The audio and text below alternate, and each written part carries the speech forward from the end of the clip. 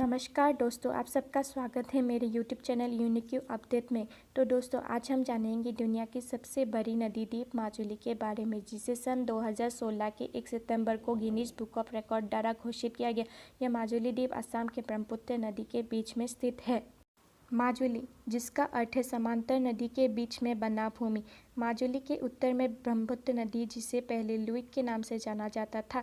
दक्षिण में दिहिंग नदी बहती थी, जिसकी अनेक सहायक नदियाँ थीं, जैसे दिखो, धनसिरी, भोगदोई, जांजी।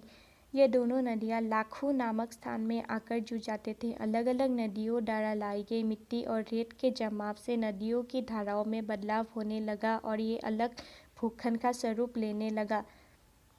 कालक्रम में विभिन्न कारणों से ब्रह्मपुत्र नदी और उसके सहायक नदियों का दिशा परिवर्तन हुआ और वे दक्षिण की ओर सरकने लगे। ऐतिहासिक ग्रंथों में उल्लेख और लोक कथाओं से पता चलता है कि 1661 से 1696 की अवधि में लगातार भूकंप आए थे और इसी वजह से कई विनाशकारी बाढ़ आए। इसी तरह का एक भयंकर बाढ़ 1750 में आया, जिसने 15-20 दिनों तक तबाही मचाई थी।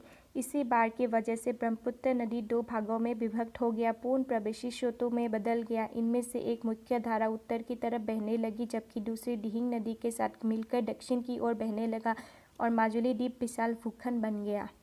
कालांतर में उत्तरी चैनल, जहाँ ब्रह्मपुत्र नदी का मुख्य धारा थी, वहाँ के प्रवाह में कमी आई और इससे लुइक खुटी, फिर खैरकतिया कहा जाने लगा। दक्षिण चैनल, जहाँ से दिहिंग नदी ब्रह्मपुत्र की मुख्य धारा बन गई। मिट्टी और रेत के लगातार जमाव से ये भूमि उपजाऊ होने लगी और एक बड़े हिस्से को जनबसती के लिए उपयुक्त बनाए। प्राकृतिक संसाधनों के विभिन्न रूपों ने इस जगह को समग्र इकोसिस्टम के विकास में एक महत्वपूर्ण भूमिका निभाई है। माजुली भारत का पहला द्वीप है जिसे सन 2016 के 8 सितंबर को जिला घोषित किया गया।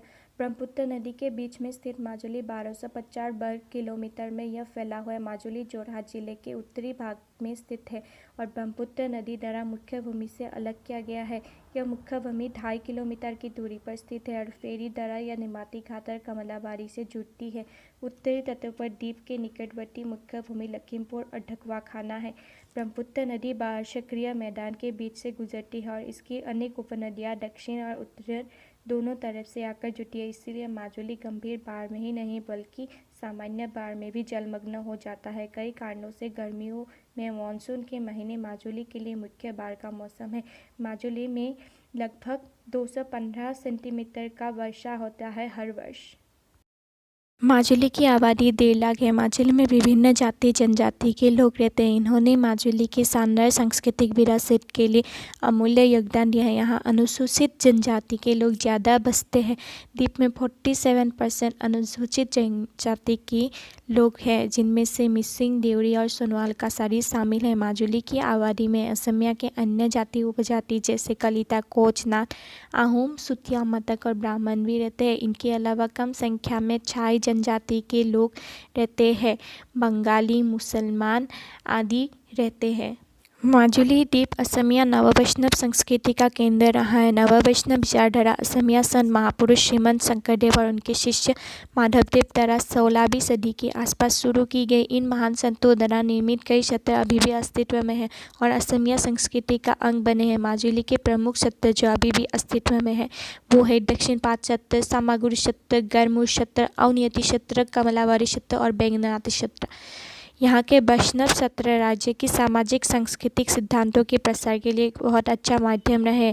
यहाँ 16वीं शताब्दी के बाद बने अनेक क्षेत्र देखे जा सकते हैं। पर्यटक इन क्षेत्रों प्राचीन असमिया कलाकृतियों, अस्त्रशस्त्र, बर्तन, वस्त्र, आभूषण और हस्तशिल्प के लिए व्यापक संकलन को देखे जा सकते हैं। असम के विरासत को महसूस कर सकते हैं। नवंबर महीने में यहाँ 3 दिवसीय रास उत्सव होता है, जिसे देखने लोग दूर दूर से आते हैं। साल भर यहाँ रंग बिरंगे सांस्कृतिक कार्यक्रम आयोजित किया जाता है जो पर्यटक को बहुत भाते हैं। दिल्ली के गांवों में समय बिताकर यहाँ के लोगों और उनकी संस्कृति को जाना जा सकता है। पर्यटक यहाँ के त्योहार का बड़ा मजा आता है। इसके अलावा यहाँ के मुखौटे, मिट्टी के बने बर्तन, मुगा, रेशम की बुनाई जैसे हस्तशिल्प और हथकरघा उत्पादों को देखा या खरीदा जा सकता है। यहाँ की प्राकृतिक सुंदरता और विविधता को देखने और अध्ययन के लिए विश्व भर के लोग आते हैं। यहाँ अनेक प्रजाति के दुर्लभ लुप्तप्राय प्रवासी पक्षियों का आगमन चलता रहता है। इन पक्षियों को देखने के लिए नवंबर से मार्च के बीच का समय उपयुक्त है और इसी बीच लोग दुनिया के कोने कोने से माजुली को देखने के आते हैं। तो कैसी लगी आप सबको मेरी वीडियो? अच्छी लगी हो तो लाइक, शेयर और सब्सक्राइब जरूर कर देना। मिलते हैं अगली वीडियो में।